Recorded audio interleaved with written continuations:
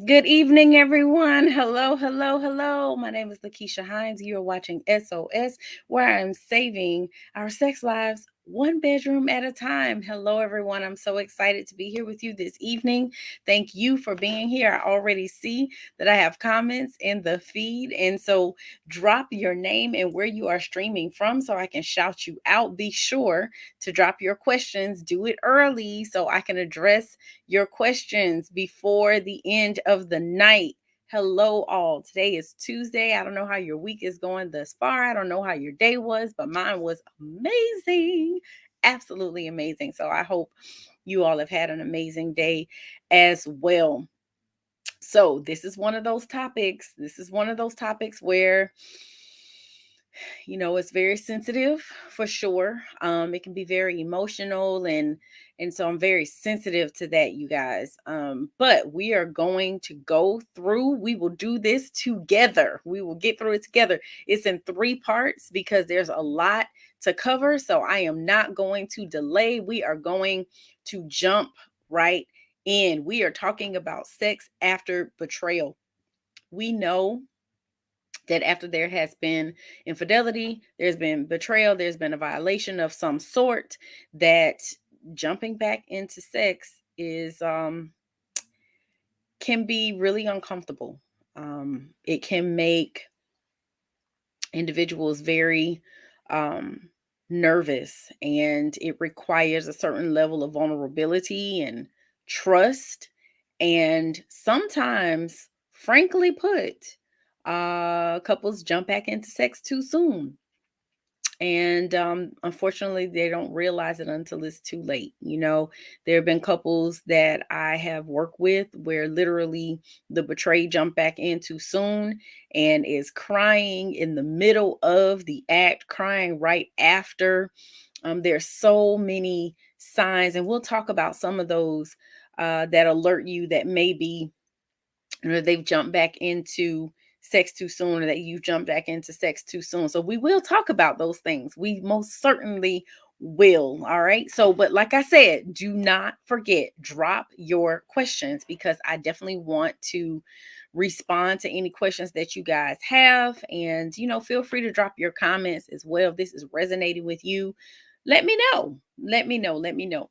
So, after an affair, there are many times that we'll have family and friends try to give advice, and a lot of times they try to uh encourage the betrayed, and they'll say stuff like once a cheater, always a cheater, or how could you ever trust this person again? How could you stay with this person after what they did to you? And they mean well. Many times they do mean well, but really what they're doing is making it more difficult for you to be focused and to make a decision about what it is that you want to do. They might be encouraging you to leave your spouse, and that's not wise counsel. It is just not.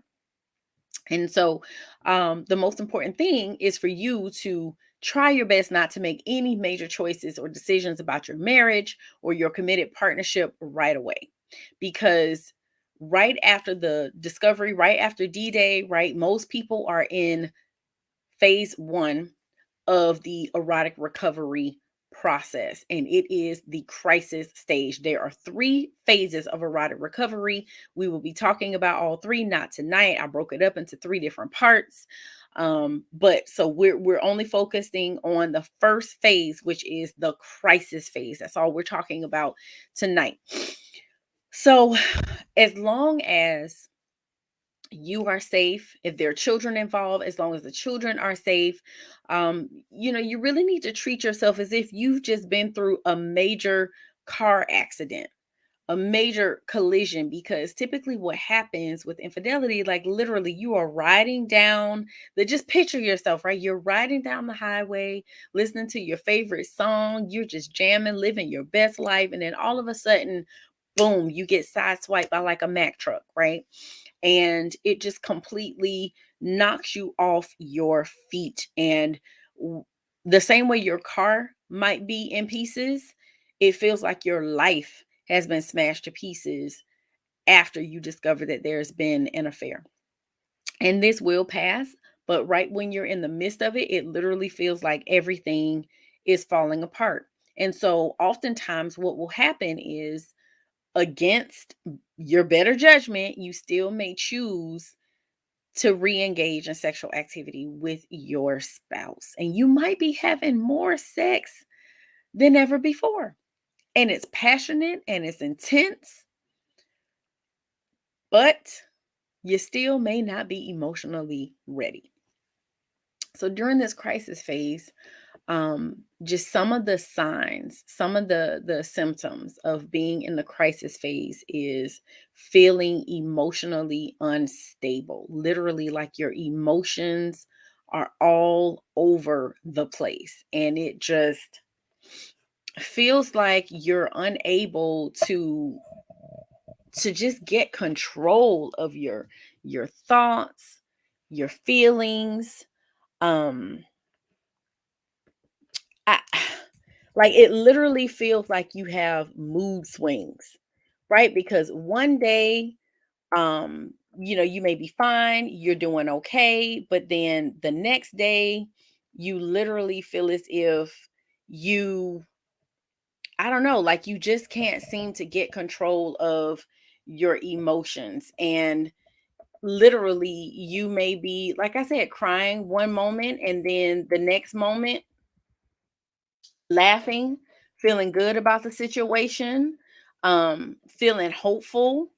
Um, you may be feeling like, okay, we definitely can do this. And then the next day, feeling as if you can't. So that emotional instability is a real thing, because again, it has your emotions just fluctuating up and down and all around.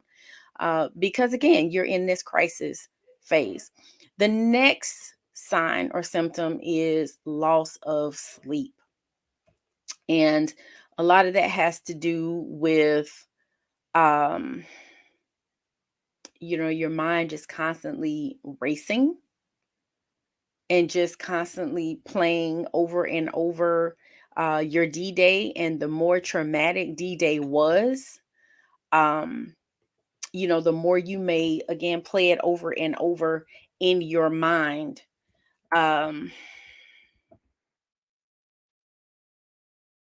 it also could be you're losing sleep because you're uncomfortable sleeping next to your spouse anymore.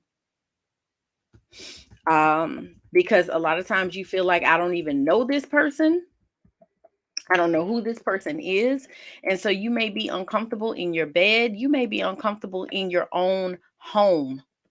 And so you literally may have difficulty sleeping. And then again, like I said, you're replaying D Day over and over and over again. So loss of sleep is very, very common in the crisis phase. Next sign or symptom, you may have to remind yourself to take care of yourself. You literally may have to remind yourself to eat at all, right? And sometimes it's you have to remind yourself to eat healthy, because if you're an emotional eater, you may crave those things that are not good for your body, that are not healthy. You may crave sweets, you may crave salt, right? And so whatever it is, a fat, you may crave those things again that are not healthy for you to eat, which ultimately will make you feel worse. It's counterproductive. Like you may be eating to try to make yourself feel better, but if it's not healthy food, it's actually could make you sluggish. And like I said, it can make you feel worse if you're not eating healthy. And so literally just you may have to remind yourself to take care of yourself, because you're just so overwhelmed, and just dealing with so many emotions and thoughts and feelings, and just not sure what to do. And just again, you have that emotional stability, loss of sleep, and so you may have brain fog, right? So you do, oftentimes, or I find that couples who are going through this, one or both have to remind themselves to take care of themselves. Because remember, when infidelity happens, it affects both parties. many times we feel as if it's just the person who's been betrayed, but it actually affects the betrayer as well. And they're feeling guilt and shame and remorse and feeling all of these things, and literally maybe beating themselves up because they allowed themselves to do something that probably goes against their own morals, values, ethics, standards.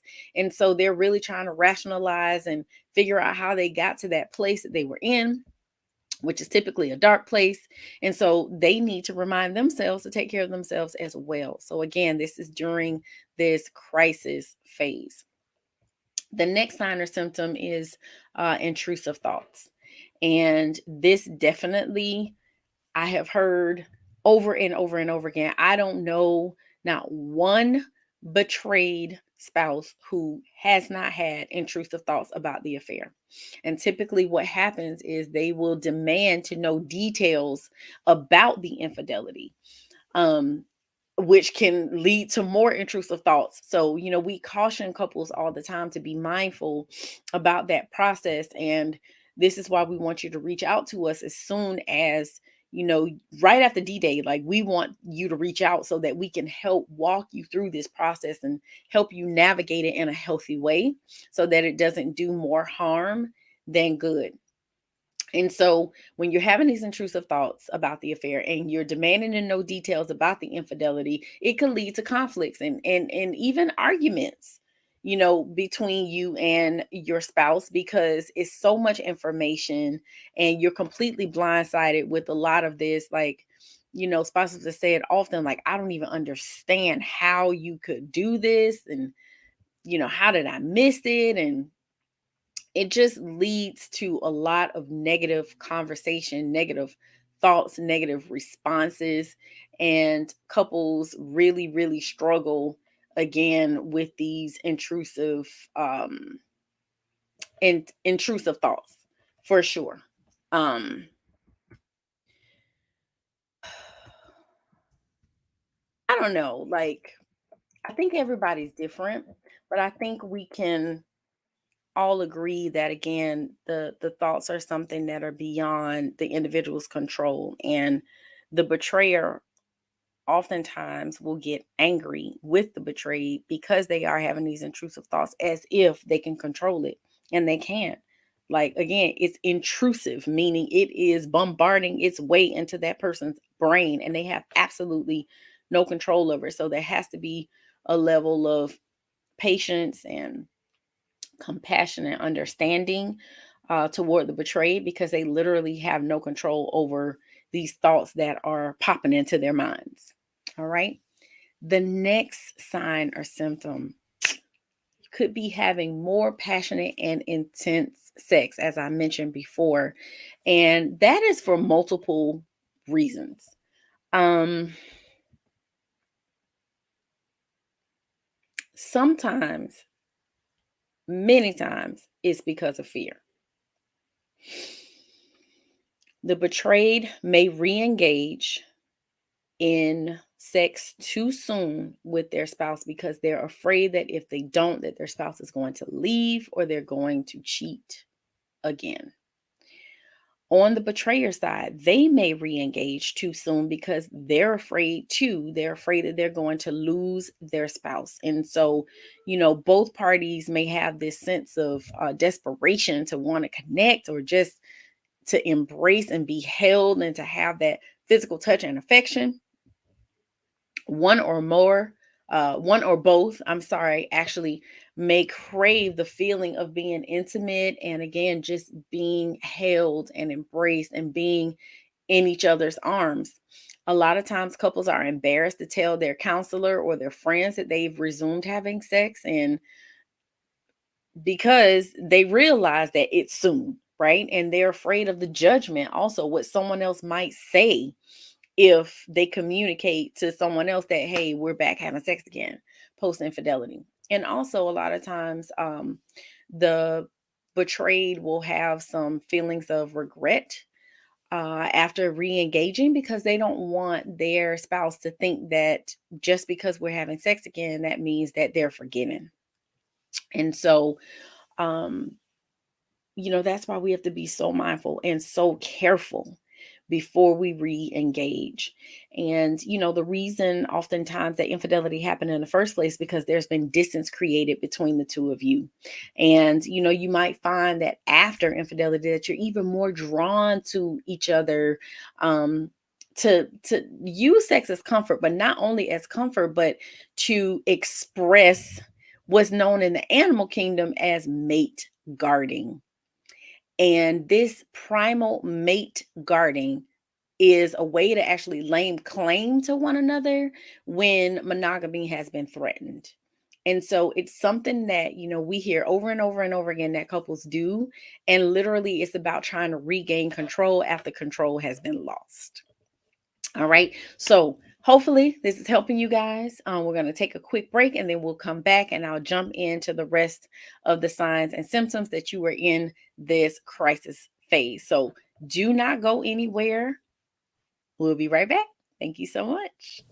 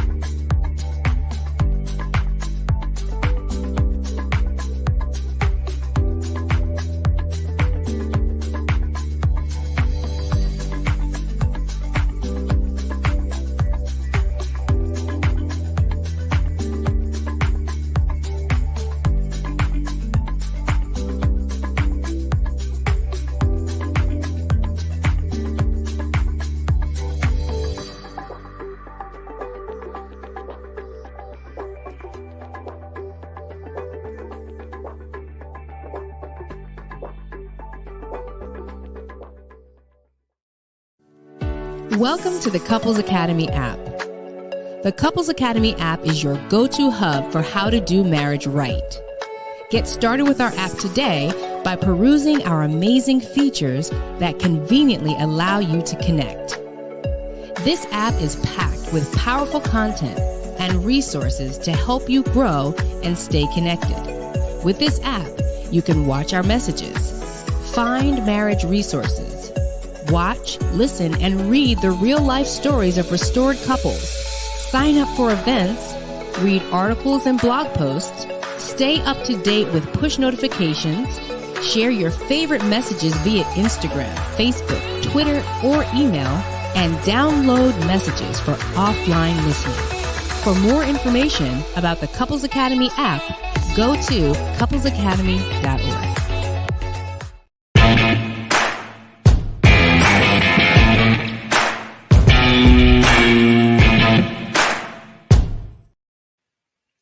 Welcome back. Welcome back. You're watching SOS. Again, my name is LaKeesha Hines, and tonight we're breaking down sex after betrayal, and this is part 1. Remember, this is a 2-part series, so make sure you are tuning in for the next few weeks so you can get the other phases of erotic recovery after betrayal. So I want to shout out the people who are here. Hello, Mr. Ben. Hello, Dolores, DKF1217, Terry. Hello, whoever Facebook user, whoever you are, Cameron, Antoine, Robin, Evan, M076, JG, and Antoine. Thanks for watching. All of you who did not drop your name or where you're streaming from, it's all good. Thanks for watching. So let's dive back in. We are talking about stage 1 of the recovery phase after there's been a betrayal, trying to return back to having sex after there has been a betrayal. And so our last point that we talked about was having more passionate and intense sex. And I just wanted to kind of round that out and just really kind of give everyone who may be experiencing that just to validate you a little bit and let you know that it's a natural result of a new relationship being formed. It's like, Who is this person that you thought you knew? And what was it about their affair partner that attracted them to that person, or that brought out, or that affair brought out of them, that you hadn't seen in them, or wasn't brought out of them within your marital relationship? And the reality is this, many times we feel like we know everything there is to know about our spouses. But after there's been infidelity, you realize, like, maybe I didn't know everything about this person. And so, it's very painful. It is very painful learning that your spouse stepped out, they were unfaithful. But at the same time, even though there's pain, there can be a new sense of allure, a new sense of allure, um, like a new longing, a new attraction, um, that is emotionally charged for both of you, because you're looking to find something that was missing. You're looking to tap into something that you have not tapped into before. And so it can bring about this new desire, new passion, new charge. It can bring that about for both of you post infidelity. The next sign on the complete opposite end of the spectrum is there could be no sexual connection at all, no connection at all during the crisis phase, because there's so much betrayal, there's so much hurt, so much pain, so much anger, resentment, bitterness that, the betrayed can't even imagine ever connecting to their partner again. And so, and also that could be on the opposite end for the betrayer too, where they could have some angerness, bitterness, resentment, or whatever toward their spouse, which could have been one of the things that led them to cheat, and they didn't handle it and deal with it appropriately. They didn't talk to their spouse, just like they didn't talk before. Maybe on the back end of this, you guys have to talk to each other about your feelings. You have to share. If you don't feel ready to have sex, that's betrayer and betrayed.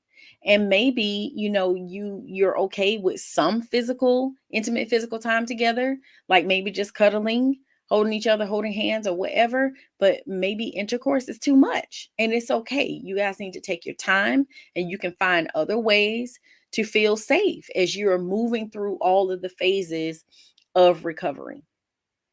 And so it literally also may take time to recover your own self esteem. And that could be on both sides as well, specifically for the betrayer. They often feel as if there was something wrong with them, something going on with them that caused their partner to cheat. And sometimes that is the case, but most times it's not. There's something going on within the betrayer that they need to address, and they need to heal, and they need to deal with. That doesn't mean that the betrayed is perfect, and there are not areas of opportunity for the betrayer. I'm sorry, for the betrayed. But the betrayed did not make the betrayer go out and cheat. It's a conscious decision that the betrayer made. And so if you find that you're not quite ready, even if you have re-engaged, it's okay to slow down the process and not put that pressure on yourselves to have sex before you're ready. And so whether you are being sexual or you're shut off, you will be able to move past the crisis phase eventually. If you do it in a healthy way, and the speed at which you do it is contingent upon whether or not you get help, whether or not you get support. And this is one of the reasons why we are here. We are here to support you. We're wanting to make sure that you can reach out. And it's important that you do that, because you cannot, nor should you, go through this process alone. You should not go through this process alone. You have a team here who can support you and help you navigate this entire process. And, if you are at this point where you've gone through most of the steps, or if not all of the steps, that we've taken you through in terms of infidelity recovery, and you are ready to re-engage, then make the call and let me help you with re-engaging in sex. with your partner, because again, it is a process. And so we encourage you to reach out and get the support that you need. So again, never an issue to slow down the process. Whenever there is pressure to have sex, it kills the libido. It destroys the libido. And so you never want to pressure anyone or be in a position where you are being pressured to have sex if you're not ready. But that's the conversation that you need to have with your spouse. All right, so I got a little bit of time here. I'm going to try to jump in and answer you guys' questions. Ben says, "Good evening from Nashville. As a unfaithful who was demonized for their drive during this process, how am I even supposed to come back to normal in this arena? Be wary in this process. Um, some counseling can cause damage. Not all men's on switch stays on. Not all men's issues are performance related or their health level. That is true. I do believe that sex begins in the mind, truthfully. And so mentally, if you're not in a good headspace, it will affect your ability to physically perform. Um, so you're wanting to know, how are you supposed to come back to normal in this arena? Well, I mean, it sounds you saying that you were demonized for your drive. It's one of the things that I covered in a previous show, that there's often desire discrepancy between partners, right? Where one person has a really high libido, the other one has a lower libido, and oftentimes both are criticized. The high libido criticizes the lower, and the lower criticizes the higher. But the fact is, we're different, and our drives may not be the same. And so we can work through that. We can work through that. We have to find balance. Everything is about balance, communicating wants, wishes, and desires, and being open and willing to receive and to make the necessary adjustments. So, because I know you and I know your situation, the issues that are not being addressed are the issues that are outside of the bedroom. And so until you guys are able to address those issues and heal those areas that are damaged and broken, it will continue to affect your sex life. So you got to deal with the other issues, the things that led up to the disconnect in the first place. So that's where I would start. Let's see. Evan M076 says, not feeling like I look at sex the same afterwards. I just do it because I'm supposed to have, I'm supposed to have, oh, I'm supposed to. Sorry.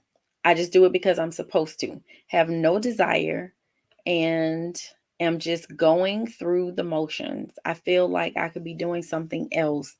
Pray for me. Yeah, Evan. And you know what? This is very common. And thank you for sharing that. Thank you for your honesty. I mean, it's the truth. This is what a lot of couples deal with. And so you should not do it just because you're supposed to. You're saying you don't have desire and you're just going through the motions. And so you're not enjoying it. Most likely your partner isn't enjoying it to the best of their ability. And keep in mind, just because someone has an orgasm doesn't mean that they have pleasure, doesn't mean that they're enjoying what's happening, right? And so it sounds like there's some other issues going on that need to be addressed. And again, this is why I'm saying reach out, get the support, get the help that you need, so we can address the issues outside of the bedroom, and ultimately that will impact you within the bedroom. You never should just be going through the motions. And when you say you feel like you could be doing something else, your mind probably is somewhere else when you are engaging in that activity. And that's not fair to you. And it's not fair to the person who you're sleeping with. So reach out, get help, get help, get help, get help. Um, and so you guys, literally, the crisis phase is real.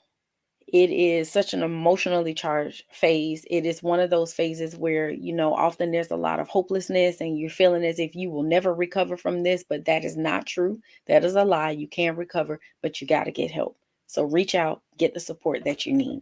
So again, like I said, 3-part series. We'll be covering the next phase of your erotic recovery from sex after betrayal.